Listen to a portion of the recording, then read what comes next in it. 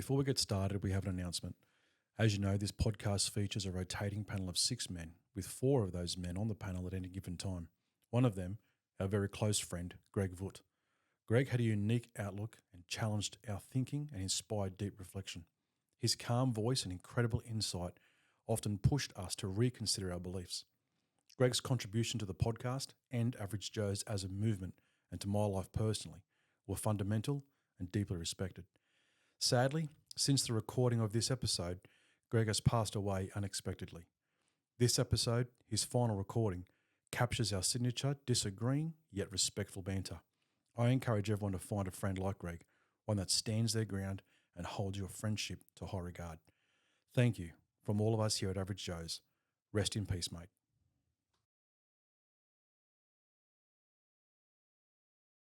Welcome to the Men's Collective podcast. In this space, we keep the conversations real, inspiring, and challenging you to become the man you are destined to be.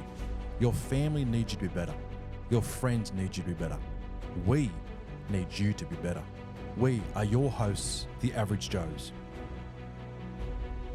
Gentlemen, welcome to the Men's Collective podcast. We are your Average Joes. Gentlemen, thanks for joining me on the panel once again. Jamie, good to have you back, bud. Thanks, mate. This has become your regular spot now. Seat stays warm, it feels like. Right. Yeah. Not that I sit in it when you go, just saying. There's nothing worse than a warm seat. Or a warm toilet seat. Yeah, that's what I was thinking. Greg, good to have you back, buddy. Thank you very much, Wayne. It's I'm sure we're going to go deep once again with your intellect, as I hear so much about. Oh, trust me, I hear it. Well, guys, I've got a fantastic topic we're going to get into today, and very soon I want to introduce our guest who's joined us on the panel. But before I do want to put a big shout out and thanks to our partners and our sponsors, which is One Life Property Group. The guys do an amazing job supporting us and getting us to where we are today. So those guys do an amazing job. They do some great stuff around there with the properties, developments and things like that, investments. So big thanks to those guys. We had our most shirt purchases through their website this week. So I want to thank everybody that's jumped on the website and bought a shirt. You guys are absolute legends. It pays for everything we do. We obviously get all our editing done. It all costs everything to do that we do. And we much appreciate you guys being involved in the movement here at Average Joe's and getting our message out there. So we appreciate it. Well, guys, the topic for today that I want to go down is overcoming insecurities. Now, insecurities, at the end of the day, we all have them to some degree. Whether it's body image, self-doubt, low self-esteem, lacking confidence, whatever it is. We all have them. But where were they birthed? Where did they come from? How do we get past it? Are they a result of words spoken over us growing up or just in passing jest? Has something happened to us in the past which gave us an outcome you didn't like and in turn caused you to lose confidence? What does an insecure man look like and act like? How can you identify your insecurities? All these we'll cover today as I introduce to you our panel guests for this episode. So, gentlemen, joining the Average Joe's panel today is one of Australia's most recognised and most awarded life coaches. Author of 5 books, TEDx speaker, the voice behind the global radio spot called The 1 Minute Coach, founder of the Insecurity Project, internationally renowned, good friend of myself and good friend of Average Joe's, the man himself, Jaemin Frazer.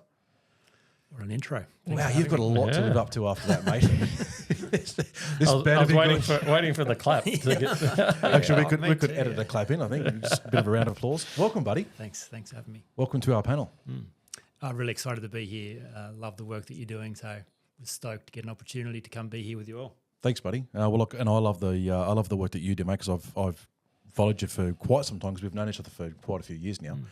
And I'll touch on your books because I have one of your books there that Lisa brought me for my birthday a few years ago now, which a lot of the guys don't know, but I've actually used your book to create a lot of our topics. So to some way, I thank you. You've built a lot of Average Joes that you don't even know about. There you go. No. Welcome, mate. Look, I've touched on some of the things that you do there. What have I missed? Tell us a bit about yourself, a bit of a background, and just those things that I've just mentioned there, mate. Tell us a bit about yourself. Look, I am a writer. It's taken me a while to actually understand that is the central organising principle of my life. It's not something that comes naturally to me. I don't feel like writing is a native skill set, but it is who I've become and it is how I do my work in the world. So off the back of my writing, then I get to speak and off the back of my speaking, I get invited to coach. So that's the most intimate and intense work that I do, and I do it with a small number of people. But I create content that I think is about subjects that are difficult, and personal development generally can be pretty lightweight and fluffy. So I like to bring a pragmatic, logical, intelligent approach to real issues around personal development. And I've chosen insecurity. Well, I don't know if I've chosen it or whether it chose me or how that all worked, but I've found myself in the interest of trying to be useful to people, dealing with the thing that seems to get in the way the most, and that is, the limiting beliefs. And the worst of those limiting beliefs are always personal. They're the doubts, fears, insecurities. Am I enough? Do I belong? Do I matter? Is it okay to be me? Could I ever relax? Or do I need to be someone else? So, I just, in the interest of being useful, I thought I have to understand insecurity if I'm going to be useful. And then I discovered a massive amount of insecurity in my own life. And so really it was, I got to work out how to overcome this myself first. And I discovered a bunch of things in the process that I thought were really useful. And so did the work around modelling it and creating resources, and then have tied myself to that one subject against advice of business coaches over the years. One in particular said, it just can't, it's too vulnerable. The insecurity project, that can't work. People are insecure about being insecure. So, and it goes against business rule. You're not supposed to pitch the problem, pitch the prize. Don't be the insecurity guy. You should be the confidence guy, the self-esteem expert, not the insecurity guy. But I don't know. I felt like people suffer greatly because they don't know what to do with this. So I may as well just talk to the elephant in the room and just get straight to the point and talk about it in a sensible way. And when and if people are ready to have a conversation about it, well, they'll know where to find me. And so I'm not sure there's anyone in the world who's said the word insecure or insecurity as much as I have over the last 10 years and written about it. And so from an SEO perspective, one thing my business coach at the time didn't anticipate is that, I've picked a very narrow niche, and therefore I stand out and people find me from all parts. So insecurity is my thing, although I'm bored often about talking about insecurity. So I'm not actually on a mission to talk about insecurity.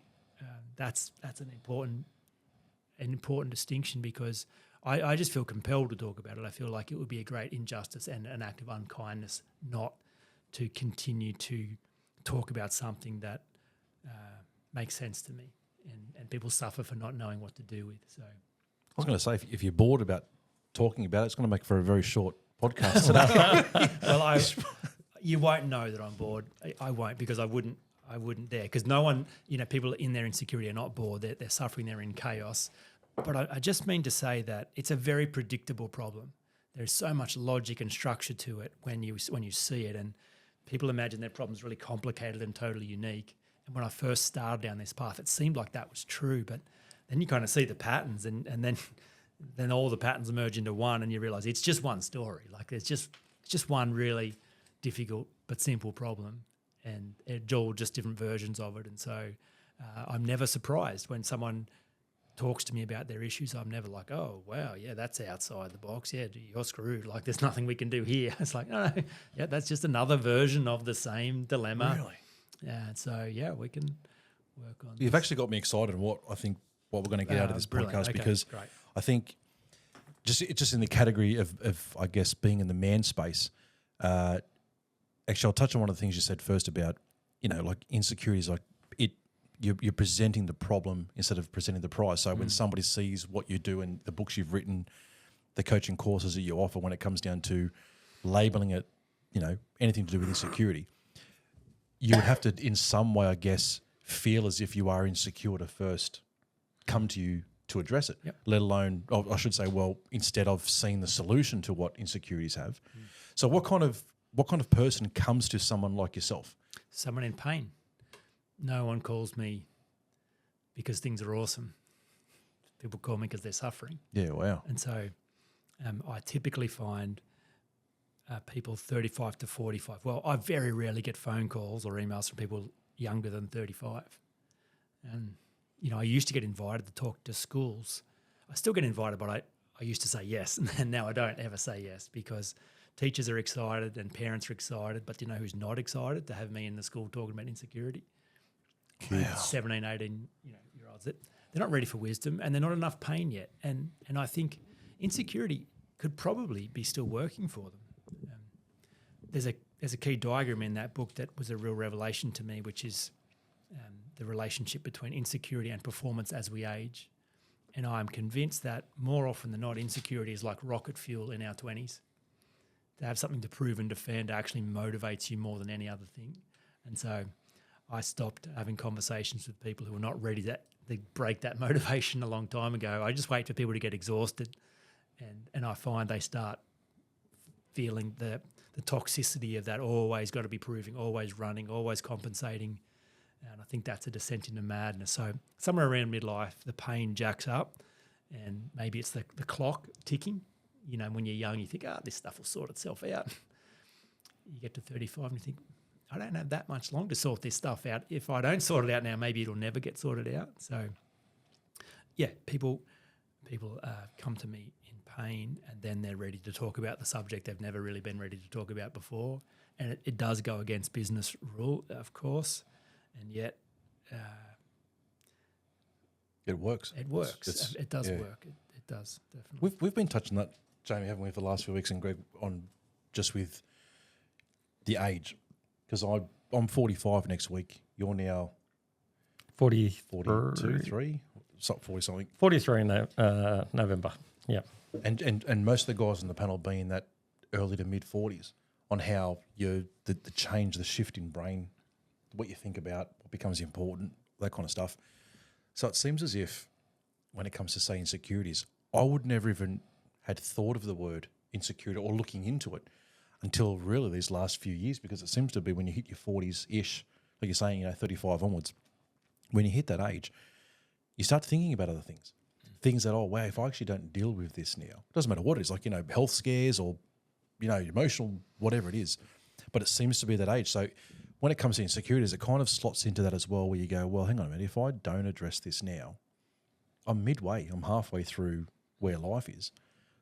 What does an insecure man look like? Can you pick it from a room? Like if you walk into a room and you see men in their natural habitat, talking, conversation-wise, whatever it is, can you, in conversation or through observation, go, that's an insecure man? Well, of course, would be much easier to differentiate a secure person, because no one escapes their childhood without developing insecurity. So everyone comes into their adult life insecure. That's base level. So everyone. That's a good thought in itself, actually. So it's, people get nervous with me. Some people think I can read their mail, that I'm intense, that I'm judging them, I'm trying to fix them. I really am not. I dealt with my kind of rescuing complex a long, long time ago. And so, yeah, I don't need to fix anyone. And I don't need people not to be insecure. I really don't. I'm not on a mission to stop people being insecure. I know the way. If you would like to, but you've got to want to do that, then sure, I can be the guide, but I'm not the hero in the story. So, but yeah, easy to tell, of course, because it's using your best energy to prove and defend. And that looks a certain way. There's that covering and compensating is very clear to tell. The lack of ability to relax in your own natural ability, the need to seek external validation, the need to hide something about yourself and be seen to be better than you actually are, very, very obvious. And I don't need to judge it or say that it's bad. But yeah, of course, it's plain as the nose on your face, of course. What's the opposite to an insecure man? Is it a confident man? Well, a relaxed man. I think confidence is a place of peace. Is if I have nothing to prove and defend, well, then I can relax. I can be here and be me. And I don't need to be something that I'm not. I'm not really concerned what you think of me because I don't need anything from you. So, the word unhindered is it's an important word for me because I think it looks like being able to show up at your best where it matters most. Unhindered by doubt, fear and insecurity, nothing to prove and defend. But yeah, the prevailing vibe you get from a secure man is peace, and therefore presence. They can be here. Do you think that guys can be secure in some stages in their life and then go back into insecurity? Well, I think it is domain specific. It's how I would describe it. So Okay. they've found a pocket of the world to exist in that they do very well. And so no one would guess that there's any insecurities, and they look around and they're the smartest person they know or the cleverest person so there's no reason for them. They're not going to get found out. But if that were to fall apart, then the insecurities are there as strong as it's ever been. So I don't think they've actually become secure and then slip back into insecurity. I think they've found a safe pocket to exist in where their insecurities aren't being exposed, more likely. So, Jaemin, when the reality or the environment for a man is suddenly altered unexpectedly and against his will, would you suggest that the core strengths of that man can provide him with a sense of security even when he's facing something completely new? Well, that would be the aim of the game. If you have an internal sense of security, then if the externals are changed, sure, you might not enjoy it, but it doesn't shift you. It doesn't move you. You have resourcefulness internally. You are secure in who you are. If your security is attached to your roles, your relationships, your possessions, your performance, even if it looks good and then it's removed, there's no plan B. You're not internally resourced, so you won't have anything to draw from. You'll move into chaos, and that'll be a high level of suffering. So yeah, I would say that is the aim, to be steadfast in you, irrespective of what's going on around you. Do you have an opinion as to where faith can work in that scenario? Well, I find it can work two ways. Sometimes it can make the problem worse. So I love the idea that Paul's mission was to move people to maturity, which to me is an adult way of being you. And an adult is resourced internally. You work out how to dress yourself, feed yourself, drive a car, earn money. So, okay, keep going. How do you resource yourself emotionally, relationally, intellectually as well? I think sometimes in the faith world there's an overemphasis on a childlike faith as seen as the pinnacle, but I think that's just the starting place. So the trust and obey model of faith creates an artificial environment where the real world is very dangerous. Mm-hmm. And a person's never developed any adulthood, and so have a security that is precariously placed. If God doesn't do the thing they think God ought to do, and they're a child, well, then they're in trouble. So, but do you believe that men can take pleasure in the knowledge that they are a creature of God's? well, And that assurity, that knowledge that they are accepted by something well outside of social mores and social constructs, allows them to believe that they can exist in very altered circumstances. absolutely. Do you mind if I just define insecurity Sure. Go for to it. answer your question? Is that okay? 'Cause Absolutely. that's I was going to get to that a part. really, Yeah. really Go useful, for it, mate. useful thing because, I think people understand it's a fear, but I think it's hilarious when I start examining this that it's very rare that anyone actually knows what they're afraid of.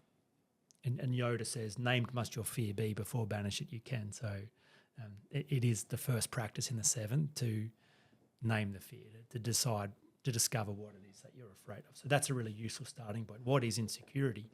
And just try it on now, just thinking about, not to put you on the spot, but to test you. And those listeners, how would you define it?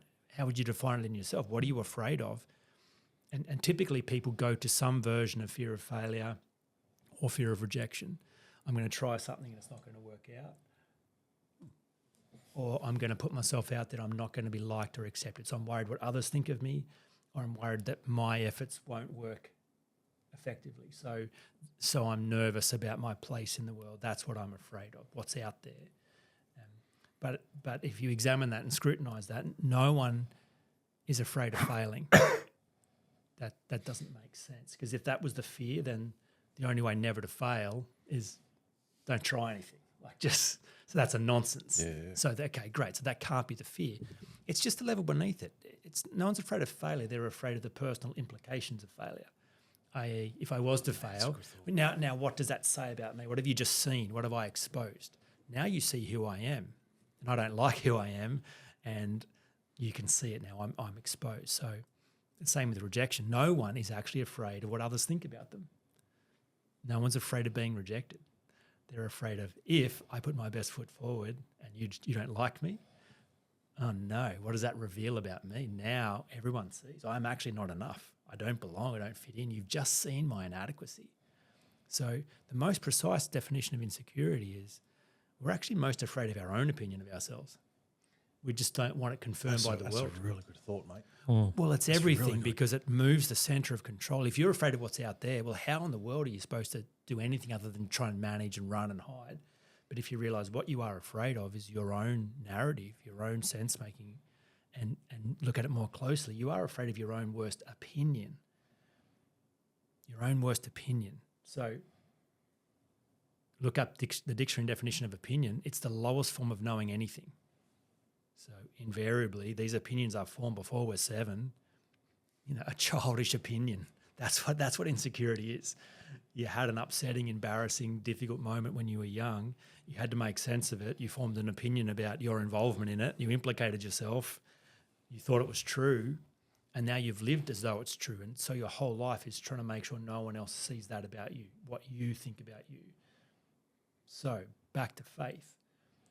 I think the challenge is an overemphasis about what God thinks about me as the solution to the problem, that somehow you could bypass what you think about you. That's not practical, and that's not the power we've been given as sense-making creatures. We are sense makers. We are subjective beings. We come into the world and we're storytellers. We have to decide what things mean, and so we have great power to shape our own opinions. And so, yes, what God thinks about us is extraordinary and unchangeable. But what do you think about you? That's the more important question. And until you examine what you think about you, well, then there will always be this fear base, and you're trying to escape it. Sometimes even escape what you think about you by outsourcing that into what God thinks about me, without ever reconciling what you think about you, and thinking that it'll just override. So that to me is to really articulate the work we're required to do, is to scrutinise, examine, and go back into the stories and examine these opinions so that they can be updated. It's funny that you said that, because that was my issue with religion and whatnot, where I was like, why do you have to go somewhere once a week to be told what to do? Can't you just work out what's right and wrong? Or shouldn't you take ownership of your own actions rather than have other people sort of direct that sort of thing? So I've for a long time I felt that it was people not taking ownership of their own stuff. And so yeah, that's interesting that you're saying that. And I really, because another thing was, when I actually ran a really successful business, there was a post I put on Facebook today actually, and I was like, it was so funny how on the outside everything looked really good, but I was in an unhappy marriage. I was massively overweight, outside looking in, and my biggest fear was losing everything. And then when I lost it, I actually came to realize it's not actually as bad as what I thought. And that helped me go on that self-development journey. So, do you mind if I just use the case in point? So your biggest fear, I'm going to be direct, but your biggest fear actually wasn't losing it all. Yeah. It was, if you were to lose it all, what would that say about you? Correct. That's a really important distinction, because you can't actually control losing it all. You can control the opinion, and that's the work. And if you can keep it at that level, you're in the game, and insecurity becomes a solvable problem. Yeah, yeah. So when you think about it, our biggest fear is exposure. Confirmation. Yeah, exposure and confirmation of the worst thing we thought was true before we were 7. Wow. No one survives 0 to 7 without being confused about themselves and therefore assuming there's an inadequacy. Not even perfect parents prevent their child. And I love this part the most, and you wouldn't want to protect your child from developing limiting beliefs even if you could. So is this why so many people do inner work, like inner child work and stuff like that now? Or? It is. I think they do it poorly and are very misdirected around the work that they're doing with the inner child. Mm-hmm. And to me, still just exacerbating the issue and treating the child as though it is genuinely wounded. I don't know if you've come across the work of Don Miguel Ruiz. He wrote a book called The Four Agreements. Yeah. It's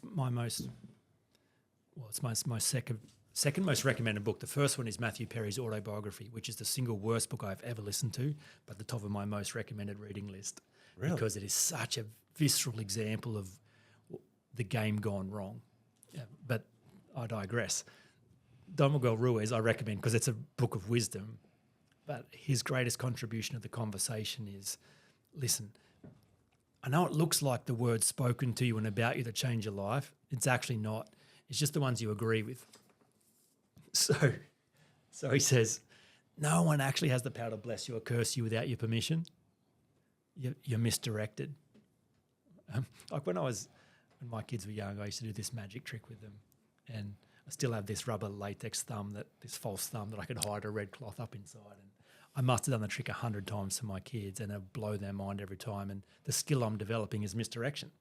I'm telling a story, having them watch my right hand, and they're paying all the attention. I'm weaving this story about what's actually happening, defying the laws of physics and nature, making this cloth appear and disappear, when all the action's actually happening in my left hand, but I'm getting away with it because no one's watching. And so until one day my daughter was standing behind me watching me do the trick for my son and his friends, and she's watching me, not the trick. And it's obvious because the thing sticks off an inch too long. It's the wrong colour. Like how it fools anyone is hilarious. And once she's seen it and exposed it, I can't do the trick anymore.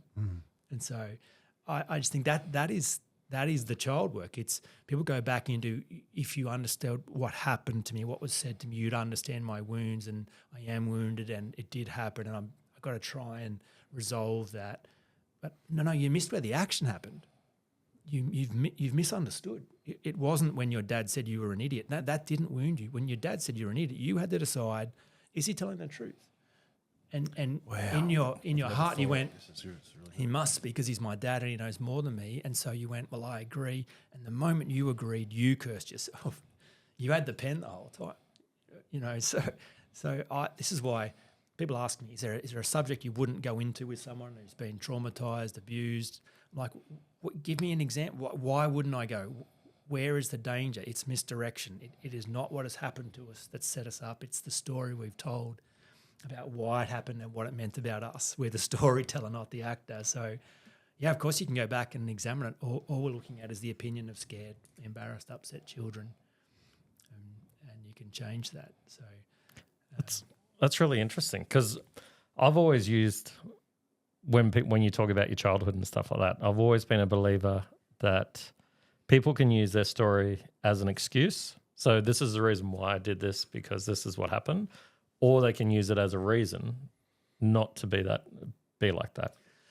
I understand that, but there's an even better way. You've actually got to go back and I think what happens is if you were to go all the way back, when was the last time you saw a toddler, 0 to 2? Do you think a toddler has a high sense of self or a low sense of self? I would say high. I'd agree, as evidenced by the fact that the moment something is less than ideal in their world, they demand it be resolved. And they don't think, have I used up my allotted number of requests for the day? It's like, hey, listen, you exist for me. And the world, the adult world, meets them at that level of demand for a certain period of time. That's where everyone starts. And so the felt experience for an infant is I am enough. And I'm not contributing. I don't have to be kind. I'm not doing the dishes. I don't pay board. I'm a consumer in this world, and this world meets me at my demands. It's good to be me. So are you saying we should be striving to get back to that kind of mentality? Well, I'm just saying that the natural assumption is I'm fine, I am enough, and I'm not having to earn it. It's just something about me. And so then as you progress, the world changes, the game gets a bit more complex. You're not just rewarded for nothing. Now you have to behave and fit in and conform. And, dad comes home tired one night and doesn't say hello, and hang on a minute, hold the phone, something's going on here. And so you have your first moment of surprise or embarrassment or disappointment, the first time you get a no, the first time you get upset, and you have to make sense of it. And that's where these opinions are formed. But in the forming of those opinions, you kind of look at yourself and go, there's a problem with you.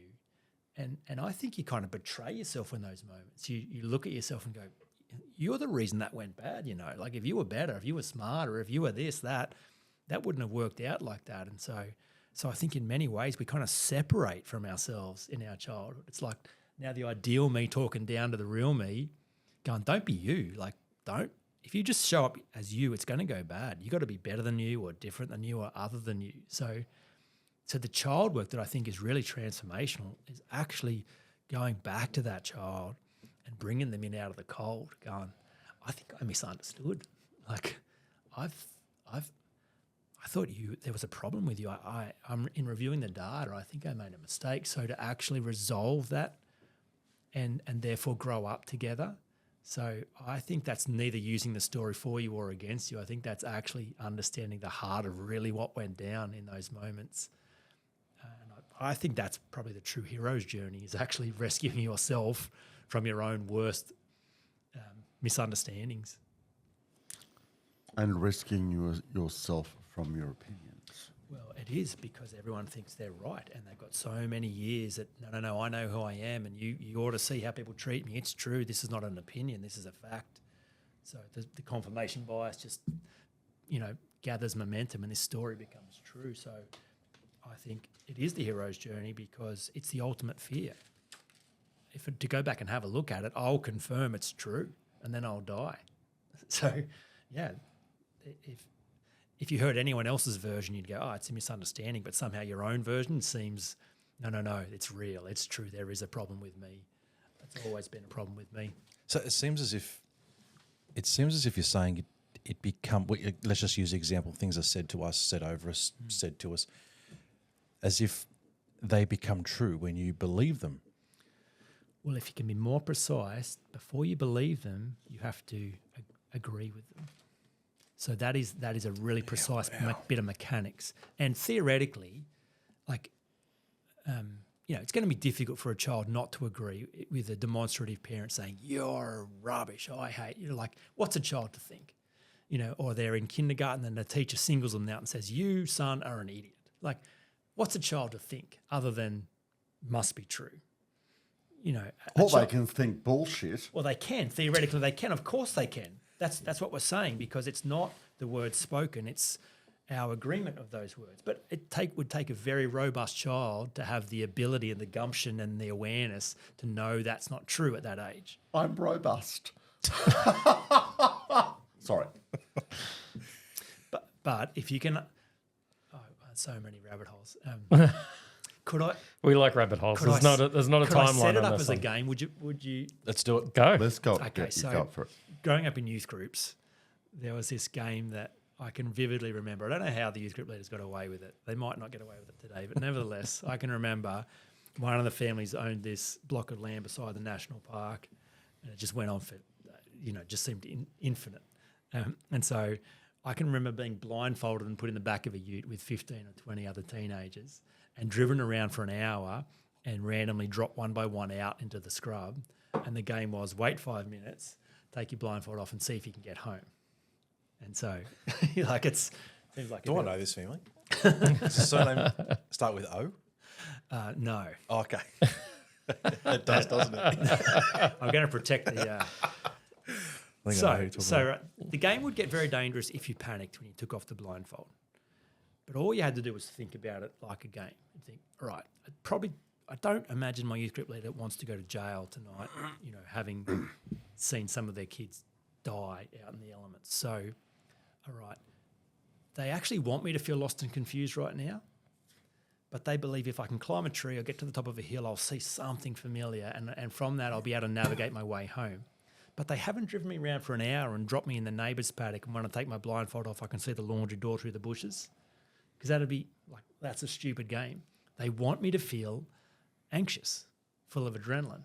That's the game, because they know that if it takes me a couple of hours to get home, that's a big reward. Like that's a risky game, and I'll feel excited and exhilarated. I might feel upset, but to get home, that's a big triumph. So I think this is the fun. When people look at their lives, everyone comes into their adult years lost and confused. No one survives their childhood without some kind of limiting belief, some kind of moment where they think, there's a problem with me. And that begins this path of proving, defending, running and hiding. So everyone comes into their 20s lost and confused, but most people are upset about being lost and confused. They're wishing they weren't lost and confused. They're fantasizing about a different childhood, better parents, a life of not being bullied. If only my parents had more money, then I wouldn't feel like this, but I do, and so it sucks to be me. I'm lost and confused, and I've just got to make my way. Who knows what's going to happen? But if you just see it like a game, then you go, no, you're supposed to be lost and confused. Like, that's the setup. The tragedy is not the wounds of your childhood. That's the setup. So that now you have an obstacle to overcome. It's a game design. It's a hard game, but a beautiful game. You're lost and confused. Yeah. But it's not impossible. Can you find your way home? Because it's all a misunderstanding when you have a look at it. You just got confused. And so if you'd never lost the knowledge of who you are at all, then you might take it for granted. But to have lost it, wrestle through all kinds of iterations of yourself, proving and defending, and then find your way home, that is a glorious victory, akin to the hero's journey. A man searches the whole world for hidden treasure only to discover it was with him all along. That's the Joseph Campbell hero's journey metaphor. So, lost and confused, even perfect parents don't prevent it. In fact, I think, the archetypal gift of the parent is to confuse their children about who they are. Say that again. Wow. Well, that's a deep thought. Yeah, I'm I'm trying to process that. Right. So think about it like a story. So if you're writing a novel, and you're consciously or unconsciously following the hero's journey metaphor, you're actually trying to take a weak person and take them on a journey and make them strong. And you don't start with a strong person and they end up strong. That's a boring story. Or you don't have a weak person magically become strong. A weak person becomes strong by overcoming obstacles. That's the story arc. And so the writer will write obstacles into the script. And they'll typically do that in the form of characters. They'll introduce a bully, a villain, a temptress who get in the hero's way so that the hero has to navigate great challenges. And that's when the audience leans in, because it creates this dramatic tension. It's not fun to watch someone get bullied, but the audience is rooting for the hero. Come on, stand up, punch the bully in the nose. When you watch The Greatest Showman and you see, Hugh Jackman's character, we get introduced to a loving family man, and then the writer brings a temptress in, that songbird, the redhead songbird, and the hero's like, oh, fine. But the audience, they take a breath. They're like, uh-oh, you're in danger. And so it creates this tension. He has a challenge now, and he has a viable option to cheat on his one true love. What's he going to do? And so you watch him in the heat of the moment somehow find his heart and go home to his one true love, and then he gets the temptress's gift. He gets intimacy 2.0. It's almost like a rite of passage.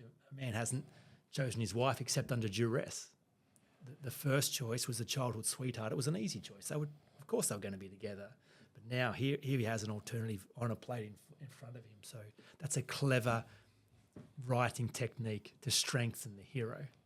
So the bully comes along to strengthen the hero by oppressing them and agitating them and belittling them, and so that the weak person against all odds has to stand up and find their voice and push back against the bully. And when they do, they get the bully's gift. They find they're stronger than they thought, and they'll never be a victim again. If they somehow escape the bully or get rescued, they just they just repeat, and the next bully's coming. And so there's got to be another opposition character to see if they can strengthen the hero. So we've got archetypal. Just let me land this plane. Don't lose your question. So, okay. He's bullies, we've got temptresses, and then the archetypal parent.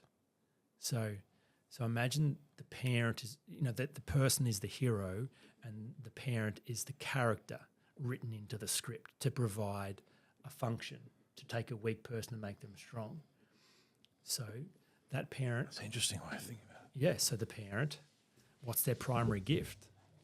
Well, in the archetypal world, parent knows best. It's like you're born into a kingdom with king and queen on the throne. It's their rules, their kingdom. Go to bed. Don't ask me why. Just do what I said. Don't wear that. Eat this. Why? Don't ask why. Just do what I said. Parents are right even when they're wrong because they're the king and queen and it's their universe. And so the gift is actually for the child to become sovereign, for them to become king and queen of their own life. And the vehicle is actually to confuse them about who they are.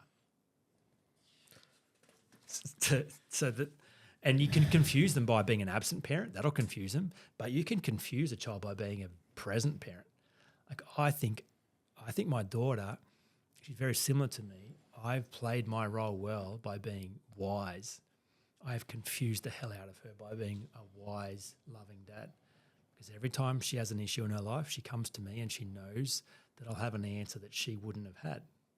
Dad, what do you think about this? And I'm like, well, honey, yeah, that's incredible, Dad. I might like it.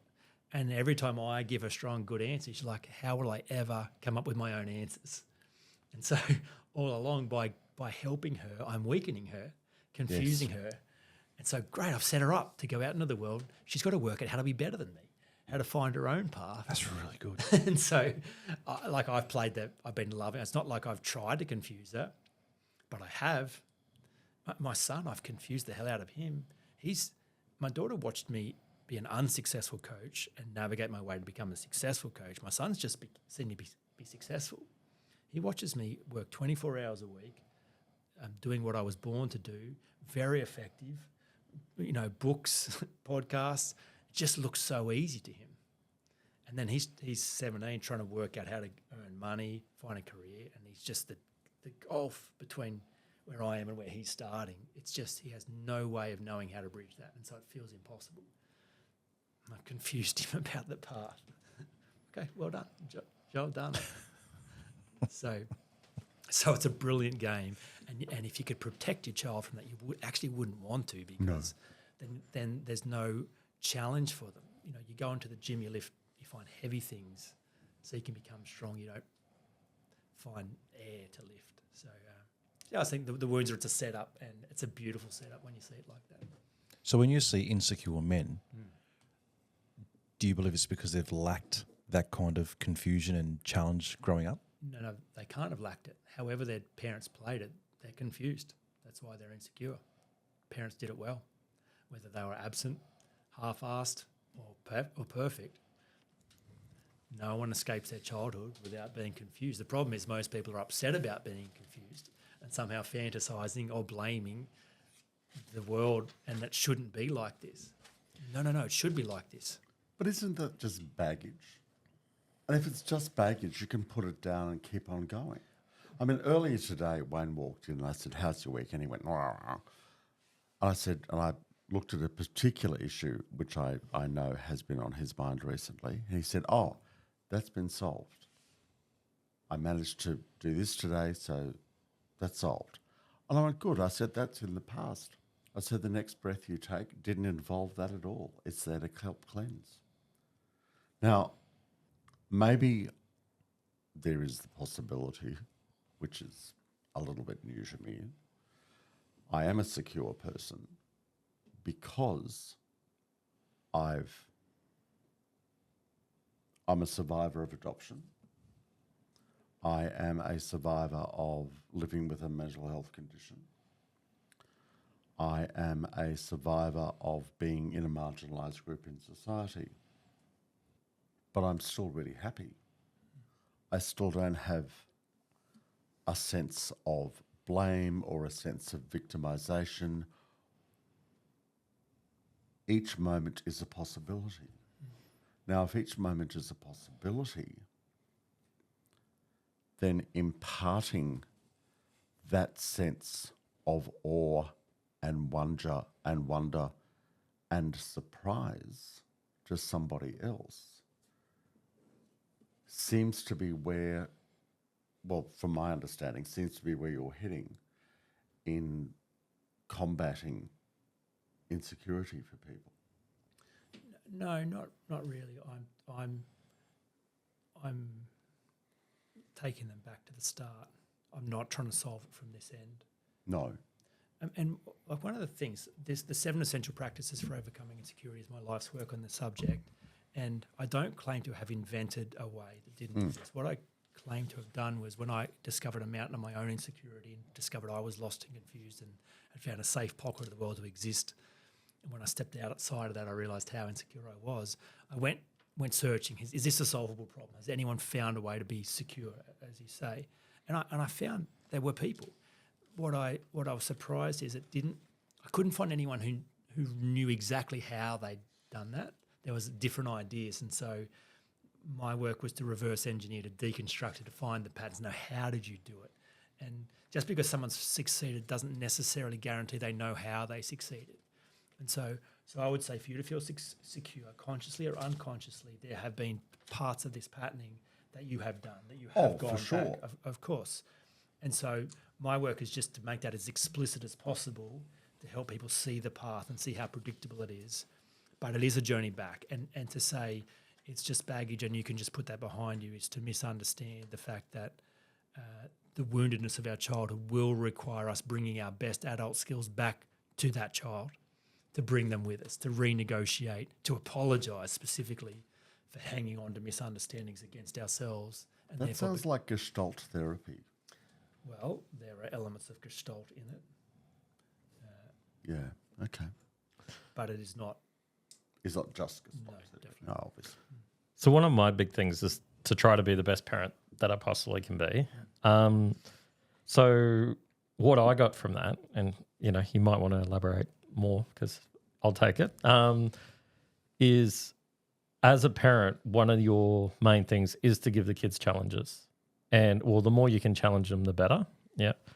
But would it also be a good thing afterwards to become like the narrator of the storyteller? So you could actually, after they've worked it out, you could actually talk about what a great challenge they've overcome, what a great way to look at this, that sort of stuff. Well, of course, like I think it's really important to equip your children with tools that help them navigate their journey. However, you can't rescue them from the difficulty of it.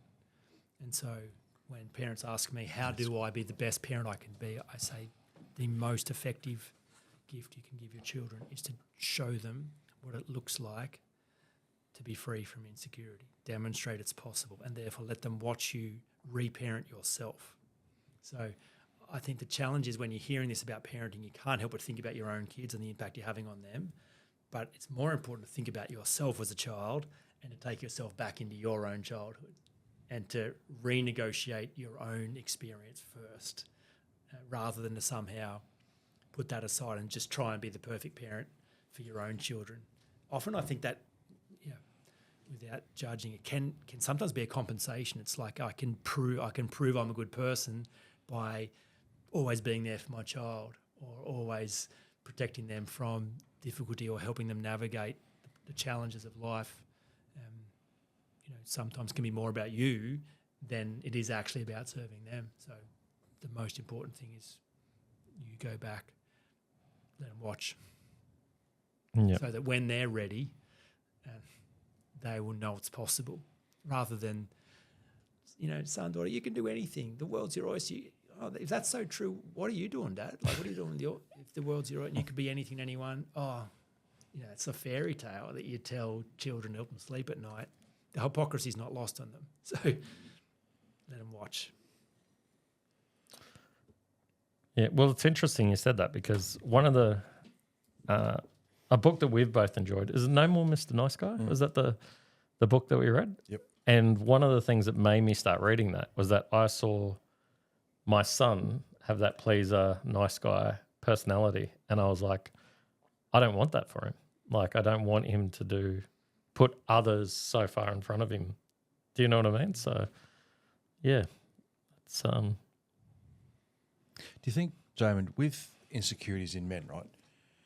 When men start to deal with, one, recognising their insecurities and then two, dealing with them, Do they ever fully go away, or do you think men just learn to manage them better?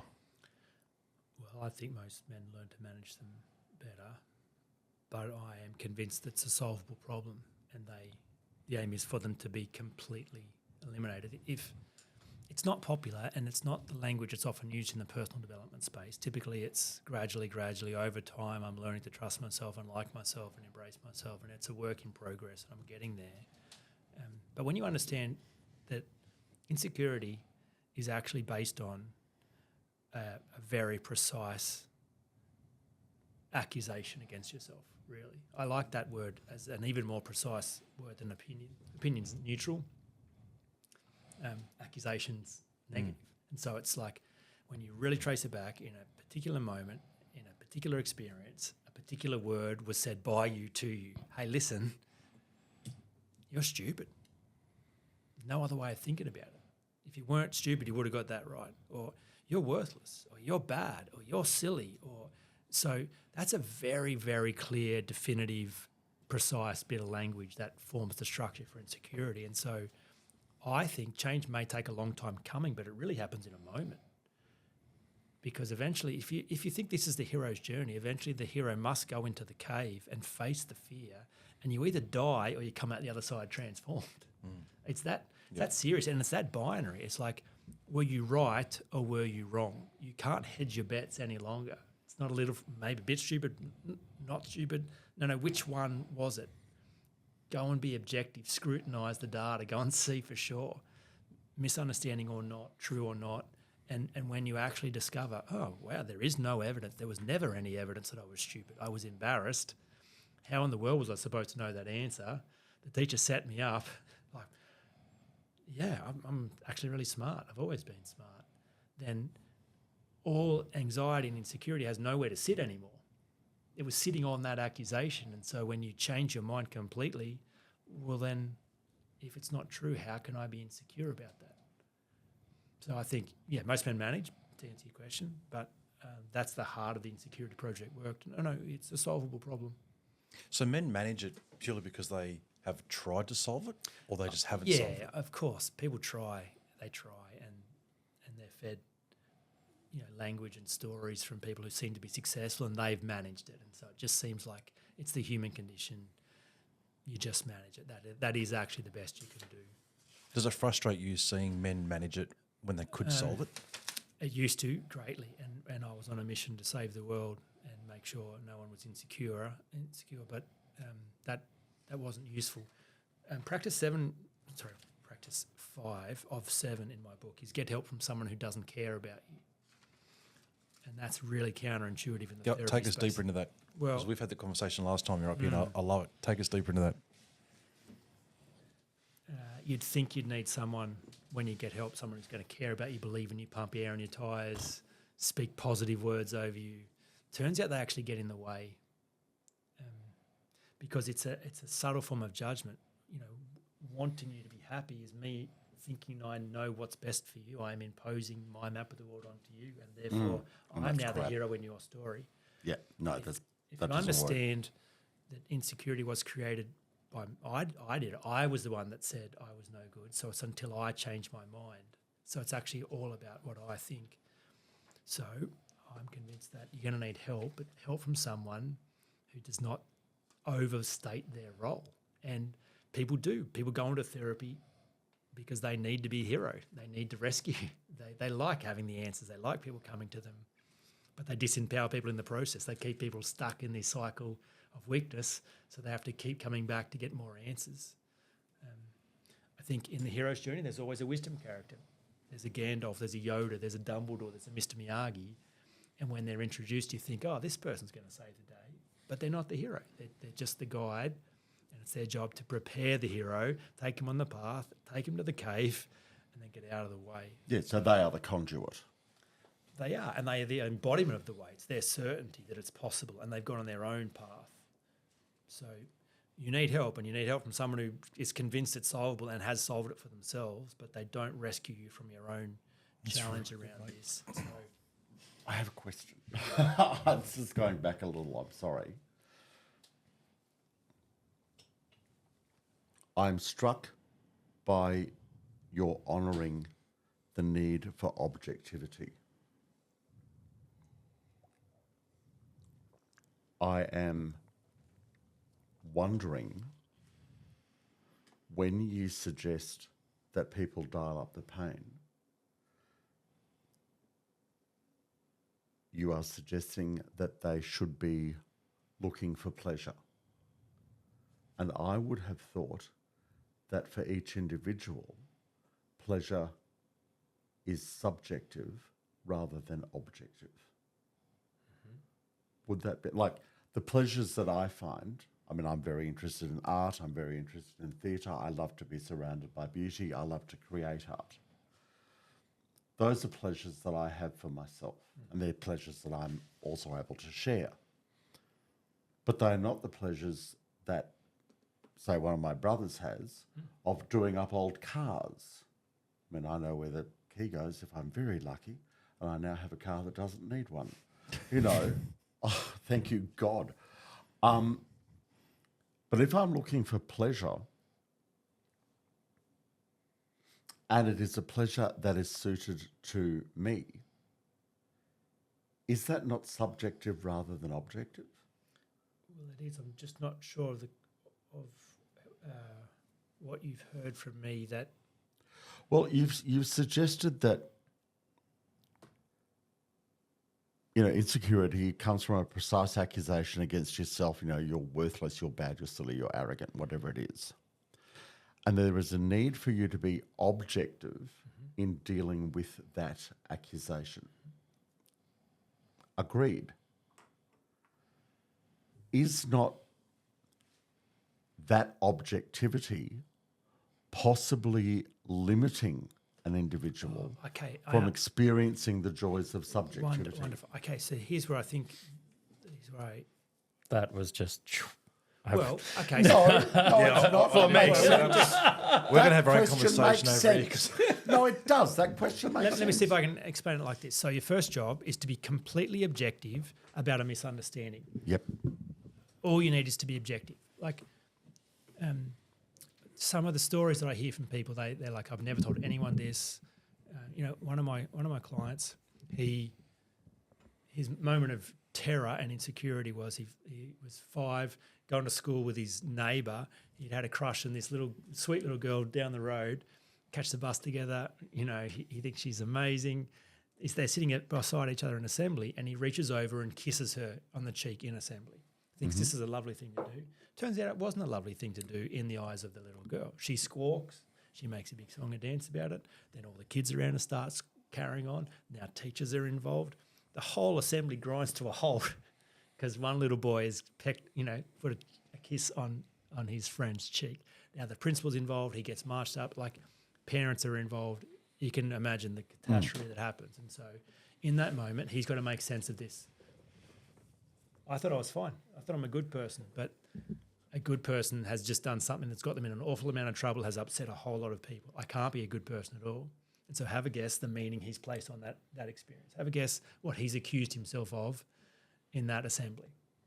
Being lascivious. Of course, I'm dirty, I'm bad. There's a darkness in me. Now, so embarrassed, I think embarrassment is the strongest human emotion. People make vows when they are embarrassed stronger than on their wedding day. Because it's a chemical shudder through your system. You just want to die. And so he wanted to die. I'm clearly a bad person. I will never be me ever again. And so to solve that problem, all you actually need is objectivity. Yes. Just to go back and go, hang on. Let's just have a look at this without any of the emotion. It's just a kid doing what kids do.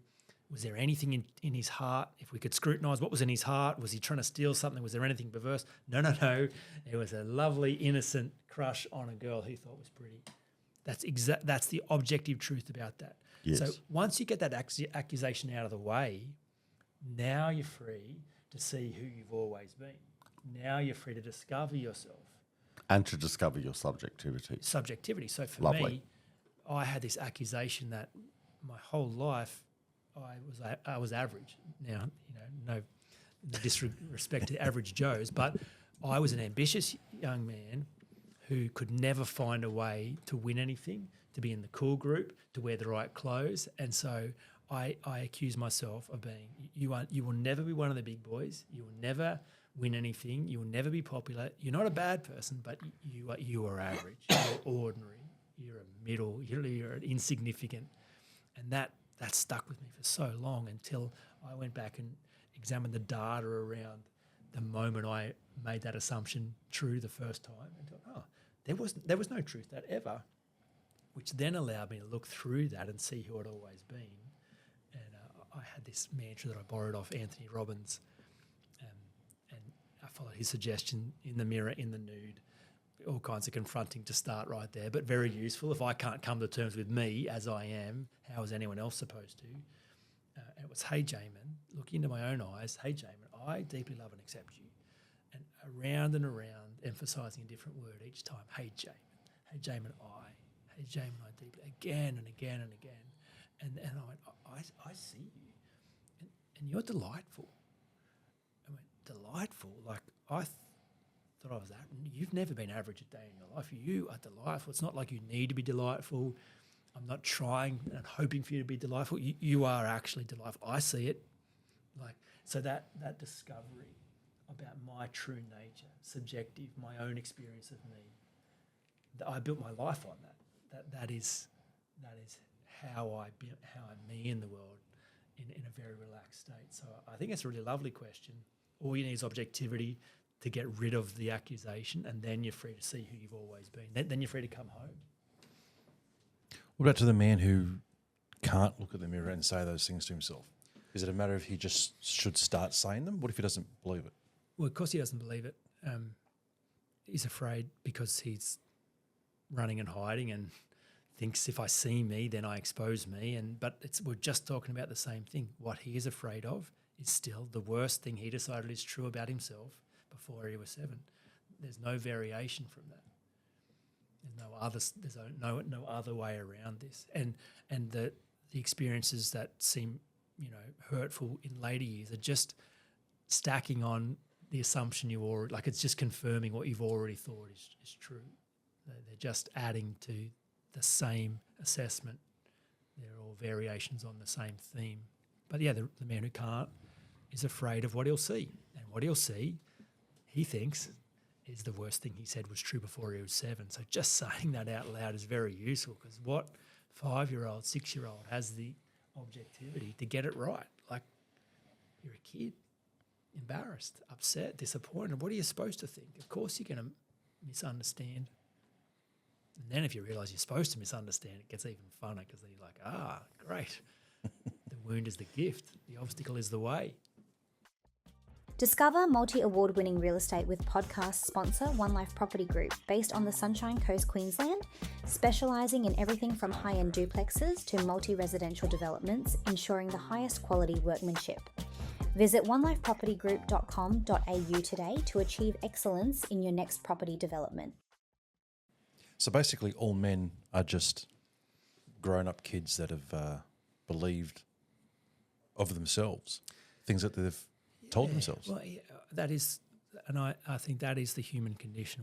We want to be good. We're just afraid that we're not if laid bare. And so for fear of that not good ever being confirmed, we run or we hide, cover and compensate. So that's and then I think it is a descent into madness if you never scrutinise that, because then it just becomes so self-fulfilling and you're so sure it's true, and the evidence keeps stacking that it just becomes real. So, yeah, I think there is a point of no return. There are other pathways to madness.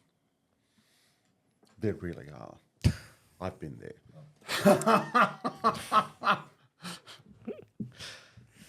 So something you were saying before, it was step 1 is about sort of self-awareness, or, which sort of made me think of, emotional quotient as well too. So the first step sort of thing. But does that also mean it helps you with other relationships in your life? The more aware you are of maybe why someone does something or that sort of stuff, does that help you, I guess, react less? And well, sure, but if you only see the problem, you haven't solved the problem. So I think it's probably going to make your relationships worse, to be honest, because ignorance is bliss. So if you start to see dysfunction, then you might feel self-righteous because of what you can see, and then now you've got an advantage and you become difficult around people because you're kind of the one who sees now. So it's I've had that before. Yeah. it's almost like, I think some of Brene Brown, I think some of the unintended consequences of her good work is that now culturally we're rewarded for vulnerability. So 30 years ago, you were not rewarded for being vulnerable. You just shut it down as a man. Now, more than ever, you're encouraged to share your dysfunction and what's wrong and who you are. But now it's almost become an end in itself. It's like, I'm special because I'm different and I've got this problem. Like, well, hang on. The point is not to be special because you're different. The point is share what's going on so that you can then go through that 100% agree. and then come out the other side. So the dysfunction is less, not greater. So I think starting step one is just stepping into the light, seeing what the problem is.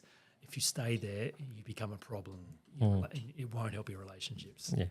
Well, the reason That's why, really good, mate. is I was reading a book called Anxiously Attached, I think it was, and the attachment styles just made me just so much aware about, I guess, issues that have happened in past relationships and why people.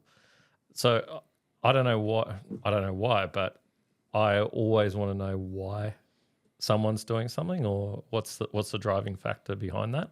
Because if I can understand it, then I can sort of justify it. If that Sure, and I'm the same. I love to understand, and this process, it's an engineering process. It's all about structure, and you can understand exactly why people do behaviours in an attempt to meet needs and protect fears. So yeah, you can know that, but I think the danger is seeing it and not dealing with it, not updating it, not rectifying it, not deconstructing. So there might be a short-term boost in your relationships because of what you can see, but if that's where you stay, it'll get dangerous pretty quick. There's one thing you said before, Jaemin, I just want to go back to it about vulnerability, on how society now has pushed men and encouraged men, or however you want to say it, to become vulnerable, drop their guard and expose feelings, expose emotions, all that kind of stuff. And I agree with you, it definitely has. You look at the rise in, let's call them mental health movements over the last few years, massive. Like, it's become a global, and especially in Australia, it's become huge, right? But I agree with you. It seems as if we've convinced men now, be vulnerable, drop your guard, it's okay, express really how you feel. And so men do it, but then nothing from there happens. There's no resolution. There's no, Greg, you've seen it.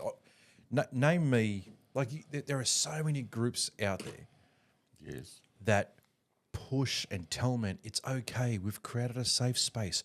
There's so many of that. Men then go, really? Okay. But And that's a safe space. It's a goddamn fucking cul-de-sac. Yeah, but that's the problem. That is the problem. That's what I'm saying. Nothing happens after that. So you've got society full of men that have gone, okay, I've done what you've said. I've become vulnerable. I've exposed really where I'm at. Now what do I do? And then people go, oh, don't know. We were just encouraging you that this is safe. What they do is they see that as being the first step on a pathway toward lack of insecurity. But that's what I'm trying to say. So I don't where's think they step two? Yeah, that's right. I think they don't see it as a step because we all need to feel special. This is the insecurity problem. There's something wrong with me. I'm craving validation and approval. So if you can't find internal ways of being special, you have to find special ways of being special.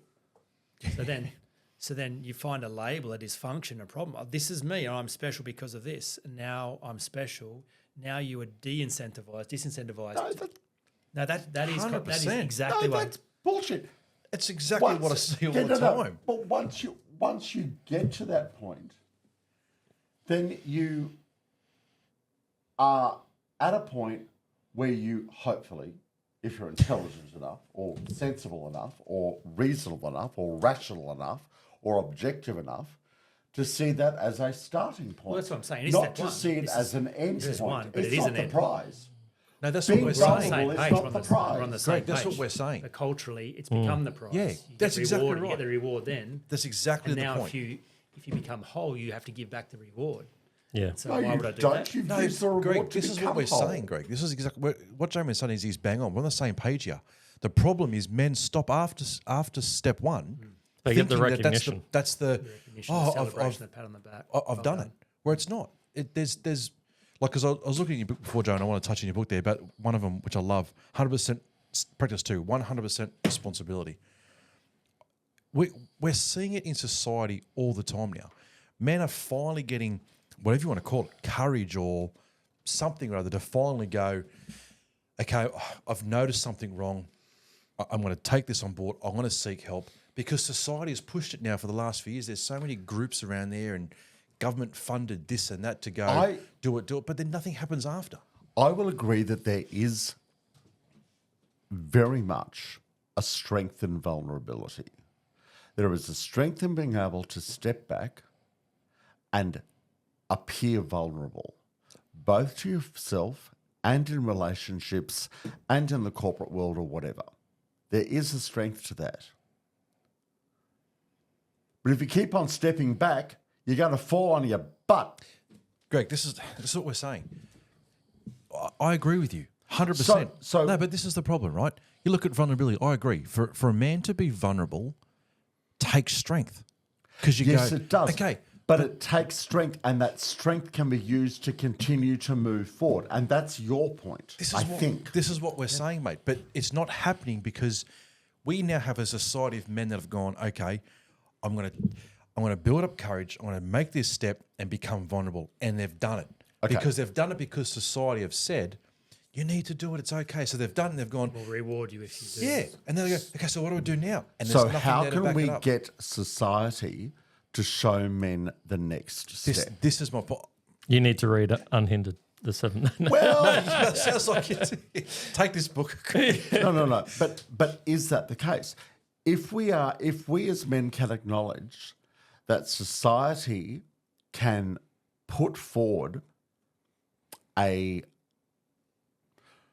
almost a remunerative system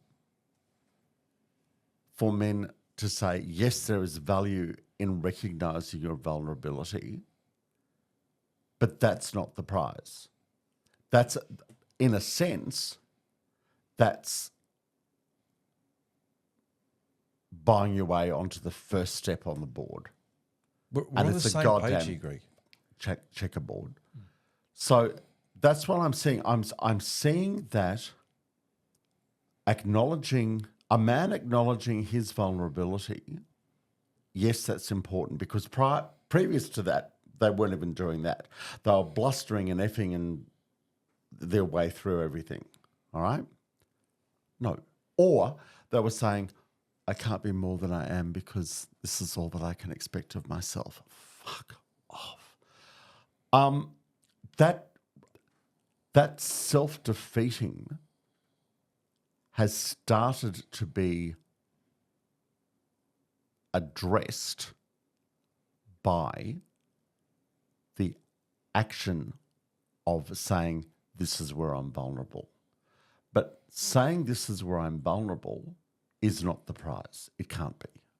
No. It just can't be. Yeah, but society has sold it to men as if it is. So far, can we get society to extend that process? Absolutely. That's why we're having the we podcast. need to have society do it. Yes. That's what we're trying to say. That's But what, we are a part of society. yeah. I'll even go further to say this is really, and I've said this to Jaemin before. I've had this conversation over the last couple of months, many, many times. This is right at the core of why not only just the podcast, but Average Joes as a whole is to step into that gap to go, well, right, it's one thing to go, let's raise up these movements, let's raise up these organisations, let's raise money to have these meetups that go on and do what? Nothing.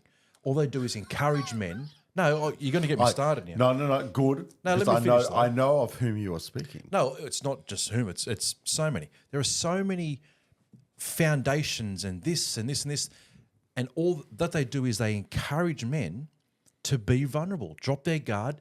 We've created a safe space. So then now we have a society 5 years on that men have gone, okay, I'm going to do that. I'm going to become vulnerable. So they're out there exposed going, hey guys, I'm vulnerable now. You've told me to come here. I'm here. What are we doing now? Oh, we don't know. We just know that you needed to be vulnerable. Well, what the bloody hell am I doing now? I'm vulnerable now. What do I do? I'm out here exposed. No one's addressing it and going, mate, great. The first step was vulnerability. You're there. Now let's go to the next one, which is what I was saying. Like I think point 2 I was reading before, taking responsibility. I think a lot of it comes down to men going, you know what? I think actually the more and more I say it now, you bang on what you're saying about how you tie this into, say, believing in yourself. To take 100% responsibility to go, I got here through either self-belief or lack of self-belief, because you've obviously believed something of yourself to get yourself here.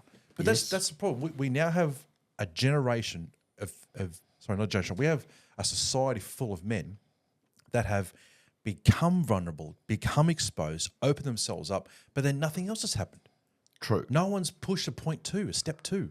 And they need to. I mean, Bloody oath they need there's to. a Getting me worked there's up, a Jamie. quote that I can't recall from whom it is. I think it might be W.C. Fields, who said, "It's not what they call you, it's what you answer to." That's huge. Because in deciding what I answer to, then what they call me doesn't matter. Look, and it's your own opinion of yourself, which is the whole insecurity thing. You own the pen. yeah, Tell the story. and the Goes thing with back though to what Jamie was saying before about some men will act in a way that is almost in spite of their parents. Like, there are some people who father in a particular way because they hated the way that their father treated them, right? So it's in spite of that they will behave in a certain way. And yes, that can lead to some pretty horrendous situations, or it can lead to fabulous situations. What gets me is that I think security really does depend on assuredness, but I think that assuredness also requires, in a sense, scientific evidence, which is what you, Jaemin, are suggesting when you say, I go back to this is where I felt embarrassed, this is where I felt I was dirty, or this is where I felt that I was stupid, or this is where, and where's the evidence for that? I mean, it's a little bit CBT, but let's stay away from that as far as we can, because I hate CBT. It is. It's just shit. But we value your opinion, Greg.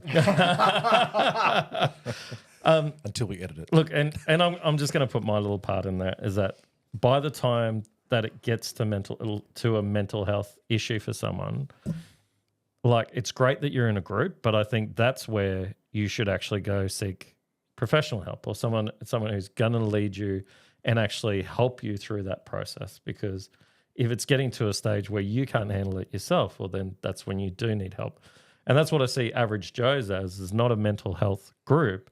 It's a group of guys who are there to just open up different perspectives and make you think in a different way. So therefore, you could actually have conversations before it gets to that stage. Absolutely. Yes. That you need that help. Hang on, mate. Like, that's the way I see it. And it's about lifting what average is to people, you know? So I like that, because I think we are motivated to find the best deal. Like, if I was to have a $5 note in my left hand and a $100 note in my right hand, which note would you take? the big The one. one that was going to cause you the least pain. So there you go. This is a psychological test. The longer a person thinks about that, the less inclined they are to choose the $100 note, because the more likely they are to think, hang on, who's giving away free $100 notes? There's a trap, there's a trick. This is going to cost me and probably cause me more pain than this one. So this is probably a better deal. But we are actually motivated to get the best deal out of that. That's intrinsic. We move away from pain toward pleasure. So, but if I answered any question, as long as I needed to take to explain to you, there is no trap, no trick, you genuinely can have whichever note suited you the most, then you're like, it's a no-brainer. It's literally not a choice. You take the better deal. The 100 is the better deal. And so currently the best deal for most people is special ways to be special. Vulnerable gets me rewarded. I get some status. I get a label. I've never found a way to stand out. now I have something about me that makes me unique. Great. So that the way to change the idea around that is to give them something even better, to say, great, that's okay, sure, there is some value in that, but what's even better than that is actually keep going and find yourself whole, find yourself without the dysfunction, find yourself secure. That is a better deal. That's a better deal every day of the week. Not just better for you, better for your family, better for your friends, better for the world. And to demonstrate that it's possible, people go, oh, if it's actually available, it's genuinely better. Yeah, sure, this is fake and false and lightweight. I want the real deal. So that to me is how you create change, by presenting a better deal. And could you also say that the secure man would take the $100 because he would feel okay that he could take on anything afterwards? No, not with necessarily, that? No? because if there is a trick, Yeah, like if they're secure or not, yeah, you're not going to sign up for a trick. You're not going to go, oh, this is going to cost me $200 in the long run, where this $5 is not going to. So it's just about, genuinely the best deal. So I think security is a better deal than whatever rewards you can get from hanging on to your insecurity and dysfunction. When I was a very small child, well before any of you were born, there was a phrase that used to be asked, oh, what do you want, the medal or the chest to pin it on? Fuck, I'd rather have the chest to pin it on than the goddamn medal, because I'm always going to have the chest. Is that it? Is that what you're That's taking? it. okay. That's all I'm going to say on that. So short-lived. So step B, step 2, 100% responsibility. So is that where you were coming back to going, okay, so rather than actually blaming what's happened in the past, by actually saying, oh, this is what I've thought, is that sort of you stepping into the 100% responsibility? It is. So this is why Matthew Perry's book to me is so brilliant. It is a horrible book to read. I defy anyone to tell me otherwise. It's one thing to have a person share their story who've had terrible things happen and they're resolved at the other end, so they're talking about their tragedy from a place of peace. But he had no resolution. He died a lonely, bitter, depressed, anxious, afraid man, and still blaming his mum, still blaming God, still blaming doctors, still angry and confused. And so the responsibility piece is say, no, Matthew, you missed the point. His tragedy was his parents separated, lived with his mum in Canada, his dad's in LA. And finally, on his 5th birthday, his dad says, okay, you can come stay with me. Greatest day of his life, but instead of coming to pick him up, send some money. So his mum puts him on a plane. And back then, the way they could do that at that age was to have a wooden unaccompanied minor sign chained around your neck. So he's a 5-year-old on a plane full of people smoking and drinking, no idea what turbulence is, never flown, unaccompanied minor. Wow. He wanted to call the book Unaccompanied Minor because that is his proof that he is worthless. So the 5-year-old went, imagine every other kid I'm flying over is being tucked into bed with 2 loving parents. Me, I'm an unaccompanied minor. Clearly, you don't leave kids that matter on a plane by themselves. I don't matter. People who say they love you don't. They're one step away from abandoning you. So that's what I'll expect in the future too. People who say they love me, they don't. I'll abandon them before they abandon me. So it's a train wreck. And so I love that because it's like, no, it's an adventure in missing the point. Your mum didn't curse you. Your dad didn't curse you. The doctor didn't curse you. God didn't curse you. You cursed you. You were the one with that sign. You had to decide 2 things. Why is this happening? What does it mean about me? And in your childish wisdom, you came up with the conclusion that it must be a reflection of your worth, and you doubled down on that. So you already are responsible, Matthew. You're the bully, not the victim. So it's the misdirection piece is responsibility. It's more than taking responsibility, realising you've always been responsible. You're not the actor, you're the storyteller. So then That's pretty heavy to take, eh? Well, it is, but now you're the powerful person. Now That's you're exactly the one, right. oh my goodness, I did this to me. Oh wow, I don't want to do this to me anymore. I'm going back. I got to change this story. I got to go back to that kid. There's some apologies to be made. That's what I was going to say. Like when I first heard you talking about it at the start of the podcast and now here, it is still hard. It's hard to hear when you say, go back to that 5-year-old kid and say, no, you're responsible for that. Because you hear that and you go, hang on a minute, like that's a big thing for a 5-year-old to take on, like to own that and go, no, you believed this when you shouldn't have, and all that kind of stuff. But when you do that, the second part, what you just said then, is when it comes into play. When you do that is when you realise that you are the one with the pen in your hand. You are the one with the power right now.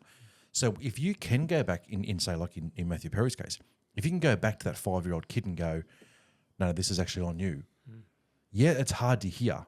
But when you do that, you then realise that the power is actually in your hands to make the change. That's when you go, holy crap, well, this is now... It's incredible. It's like we've all had things happen to us that are valid reasons to feel hardly done by. Every single one of us has had injustice, misfortune, difficulty, horrible things said or done. And so we are each entitled to play the victim card, to blame and have excuses, real excuses. The fun is the moment you put that card down, it's a trick. You've got to go sit on the bench. Or you have no power to do anything anymore. And the game goes on around you and you're a bystander now. So I never say don't blame. Like, yeah, blame if you want to, but just how's that going to work for you? And I don't say, that kid's a terrible person. All I'm saying is let's just have a look where the action happened. You've just misunderstood where the action happened. You were misdirected. It wasn't the words spoken. It was when they were spoken. You had to decide if they were true or not. You had to make sense of them. So that's where the action happened. Right or wrong, good or bad. You're not a bad person. You were at the heart of the action. So when you're ready, you can go back there and still be at the heart of the action. Did you find, Jaemin, in your time as a school chaplain, counsellor, that you were expected to treat the behaviour of a child as separate from the child?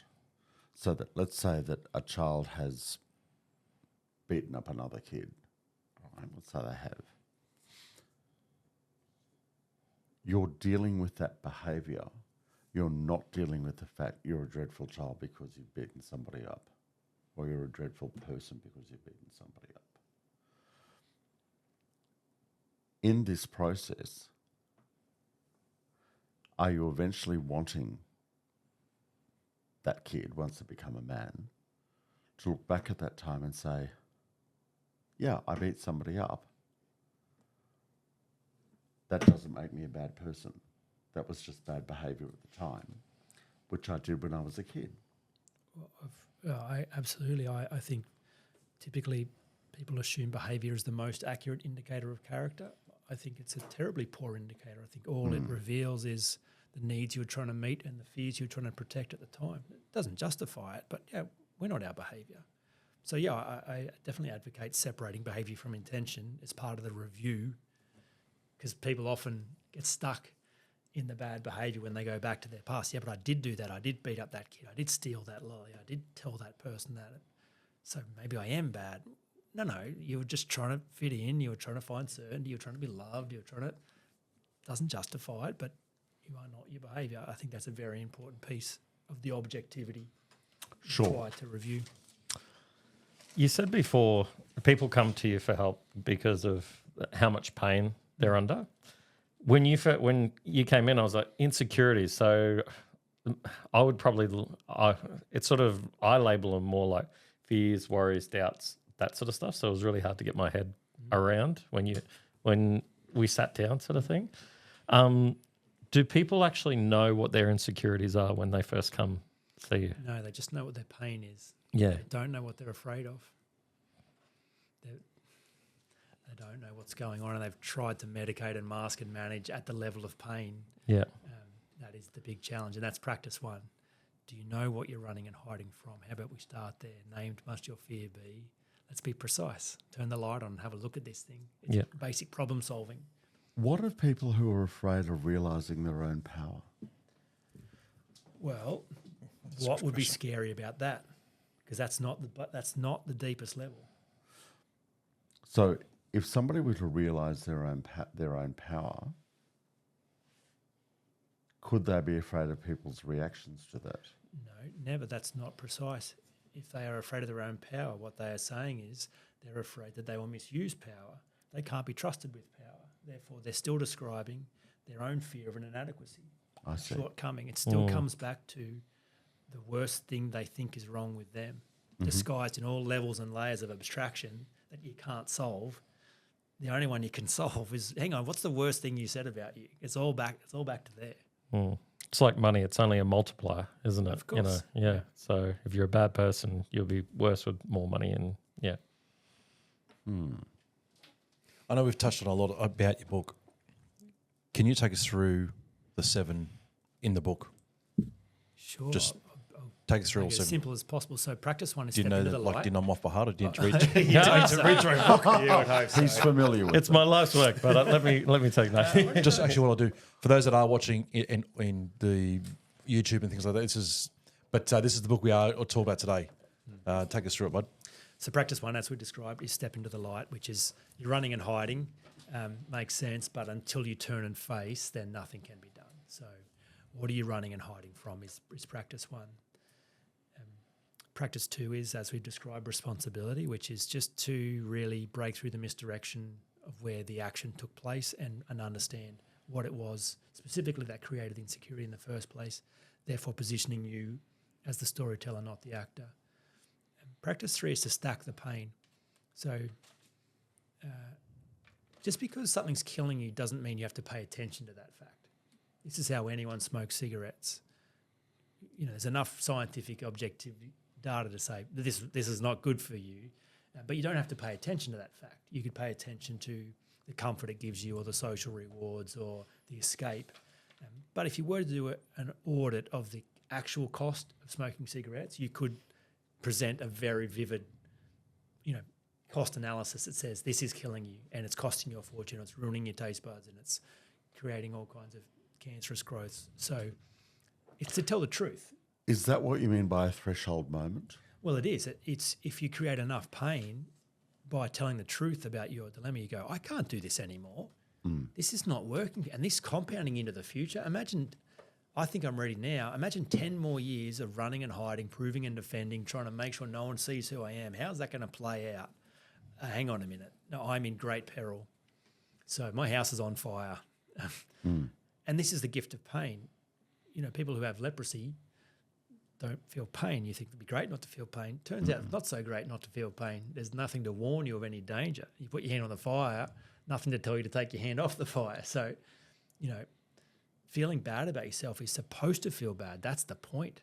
That's the best of you saying, hey, listen, can we do something about this? This is not how it's supposed to be. So it's feel how it is to be descending into madness. Feel how it is to have all your energy worrying about what you're thinking and all the neediness and dysfunction that's eating you alive. Stop pretending, masking, managing. Tell the truth. That's going to be very useful. No one has solved this problem except from a place of great pain. Otherwise, what's the point in going back into your past? No one wants to go back. You've got to have a pretty big reason. So that's 3. It's only half the motivation strategy, and I'm sure people will have examples of this in their life. Often weight loss is a really good one. Often people start weight loss from a pain motivation strategy. They have an experience of not fitting into a pair of pants, being teased, not being able to get upstairs without coughing, whatever. It's like, this is no good. I'm embarrassed. I'm ashamed. Right, this ends here. Chuck out the Tim Tams, buy running shoes, gym membership. Massive pain creates massive motivation. Massive motivation, massive action. Massive action leads to massive change. Massive change leads to less pain, more reward. And so Tony Robbins calls this a pressure cooker system. So it's just pain avoidance. Massively committed until the pain dies down, and then there's good feelings. People saying, oh, geez, you look good. You're starting to feel good. It was just about getting out of pain.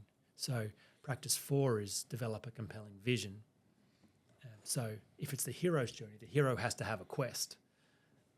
What's Frodo doing, risking his life, getting attacked by orcs? There's a reason, there's a bigger calling, there's a more important thing. So to get back in touch with the destiny piece, the purpose piece, the dream you had for yourself as a young person, that if you get to the end of your life and you've just been running and hiding, and you've got to be happy with that, surely there's a bigger play, surely a greater contribution. Sometimes that's hard. I mean, all the steps are hard. Sometimes people don't know what they want, or they think they don't know, but I'm convinced that to desire is human. So it's just been suppressed because it's scary and hard. It's always there. And so a lot of the coaching is about going in and seeing what those desires are and fleshing them out. But you will have to have a compelling vision to sustain this. Otherwise, it gets too hard. You're like, I've come this far, but I don't really want to go into the dark parts. I don't have to. Then practice 5, get help from someone who doesn't care about you. So that's the wisdom character who can hold a space without needing you to solve it. So that's a lot of fun, and I think that is essential as the title of the book, because you can't do judgment and awareness at the same time. And you'll know this with the people who care about you. When they say, oh, how's it going?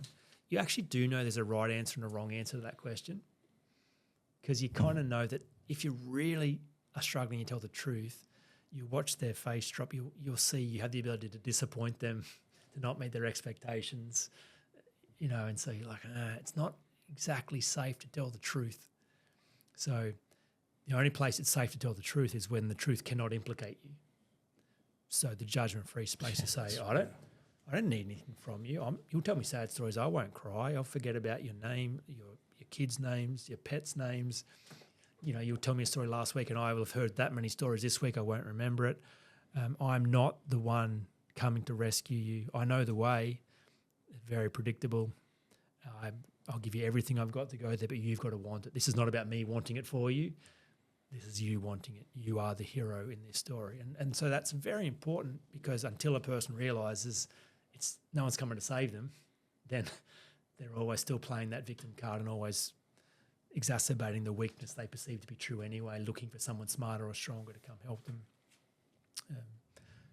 Practice 6 is be the hero, which is to actually make up your mind, to go back to that child, all the way back to those moments, those defining moments, which you might not think are there, but with 100% certainty, the defining moments of your childhood are imprinted in your psyche. They're the foundational data you have built your world upon. So when you're ready, they are pristinely preserved. Memories that you haven't thought about for 30 years. When you're ready, it's like, oh, wow, what that time that, I was with my auntie and she said this and I did this, and oh, the embarrassment, I can feel it like it was yesterday. That memory still has so much charge. Those moments are there. And eventually you're going to have to go back and examine the data, break through the misunderstanding, apologise, and bring that child into an adult awareness of who you are. And then practice 7 is to rewrite the story. So often people see that and they want to rush to practice 7. They're like, oh yeah, so it's just about my own opinion. Well, I like me and I'll write affirmations on the mirror and positive mantras and I'll rehearse them every day. I'm a pragmatist, so if it works, great, but I don't think it can, because you've had 30 or 40 years of unconsciously every moment, filtering based on what you think is true. So some affirmations are going to override that. They're actually not. You're going to have to deconstruct the old story first before you can write a new one. So I think for 2 to 3 weeks after you've actually changed your mind about the old accusation, it is your work to consciously, intentionally be clear about what is true now and to align yourself to that and be sure about it and to agree with it until it's solid. And then you go into the world unhindered. That is all that can happen. You are free from that. And when you are unhindered, your world will get bigger. You will say yes to things previously you said no to. Your social world will expand. Your businesses will expand. And inevitably, you'll bang your head on the next level of insecurity. And so that was more subtle or hidden behind the other. So success will lead to more insecurity. And therefore, the same 7 practices that set you free last time will set you free again. Like a glass sort of ceiling sort of thing that you need to break through again. It's a more subtle thing that you said, I'm this good but not that good. I could earn this money but not that money. I can be trusted here but not there. Well, that's an interesting assumption. Have a look at where that came from in the same process. So, Jaemin, I'm interested, I'm intrigued as to whether or not you would be a proponent of narrative therapy. Well, in some of its forms, I am a pragmatist, so I use anything and everything that works, and so I'll take from everything. I don't tie myself to one idea. I'm committed to serving people. But this is narrative. It is understanding all we have is story. We are storytellers, and being very precise about our role in narrating our own defining moments. And if they are works of fiction, well, then they can be altered. I'm interested in step 4 when you're creating the vision. What would you say to guys out there who go, oh, it's too late for me? Like, I won't be able to create what I really want because I'm past that point. I would say, well, that's one of the most unkind things you've said to yourself, because you are betraying yourself. You're the only one of you. and that is only because you're still insecure, that you couldn't be someone to contribute. You've misunderstood who you are, and that's evidence that there's still a story holding you back. But there is desire, and it is pure, and it is useful, and we're waiting for you. We're all waiting for you. So, it is a big one, and I gamify that, and I think perhaps it's the only way in for someone who's really stuck. The game I built around this is called the Silly Ideas Only game, and I've done this 2 or 3 times a week, every week for the last 15 years, and one of the most important rituals of my life. Blank page, nice pen, but it's got to be a nice pen and a nice thick white clean page. Two words. What I want is the first page, and the idea is, hey Jaemin, if you could have anything, what anything would you want? No accountability, no responsibility, silly ideas only. Swing away. And you're like, oh, I want a helicopter? Well, that's silly. Yeah, that's the name of the game. Silly ideas only. What else? Want to drink martinis in Monaco? That's just because you watched James Bond last night. You know that. Yeah, cool. What else? What else? What else? Swing away. You can't get it wrong. You don't have to do anything. No accountability, no responsibility.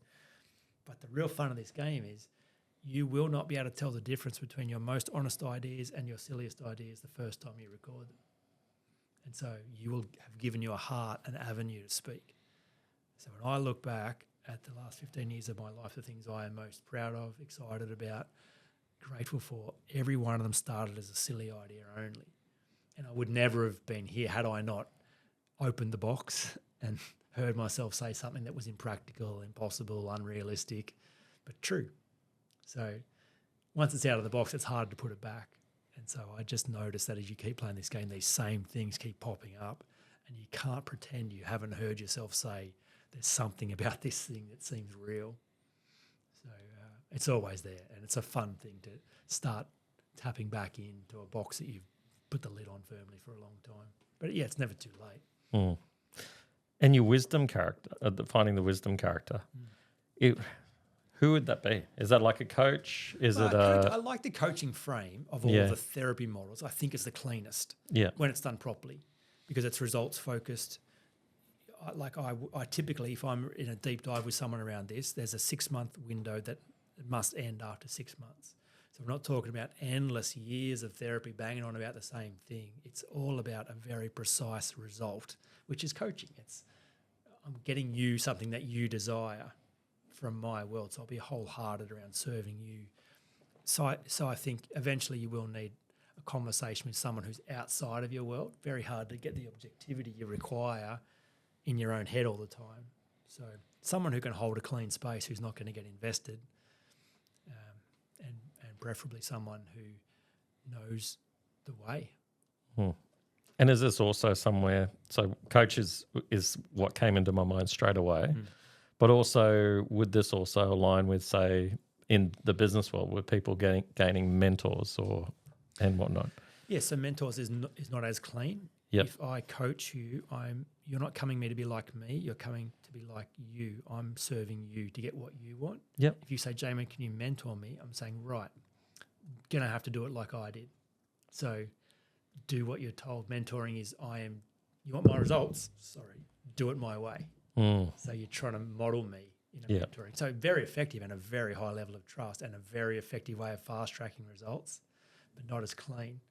So harder to not have a mentor impose themselves and maybe go too far, so maybe it's more about replicating themselves than actually empowering you to be you. So I would still prefer coaching. So it's more of the telling rather than actually getting them to understand. Of course, they're empowering you be you. Yeah. And I'll get out of the way. Tell us about the coaching course that you do offer, mate? Oh, well, it's called 18 Models, and it's just my toolkit. So it's over the years of developing the things that work. When I am invited into a space, the tools that I bring, it's the tools that I bring, though, are only as useful as the frame that I can set up. So the coach training is two parts. How do you set up a clean space? That's not as easy as it sounds, but it is essential. So understanding the frame that you would need to set up so that you can then bring tools in and data in and be very effective. I think that frame is something I've developed more than anything else, really. And like on my own podcast, I had my 20-year-old daughter on last week, and we had a conversation about me coaching her about her daddy issues, and I'm her daddy. And so an experiment to go, can I create enough of a clean space to separate myself from being your dad, you, my daughter? Can we create that? To you bring your stuff in, I bring the tools in for me to facilitate that. And people get to be the judge of whether or not she resolves it. But I think we did. So I love what happens if you can create a very distinct relationship, because everything's framed and it makes sense of the words. So a friend, you can have different conversations than a business partner, different conversations than a stranger, than a parent, than a child, than a cousin, so a coach. Yeah. So the training is, what does coach mean? How do you get that right first? No point bringing any tools in if you haven't set up the space.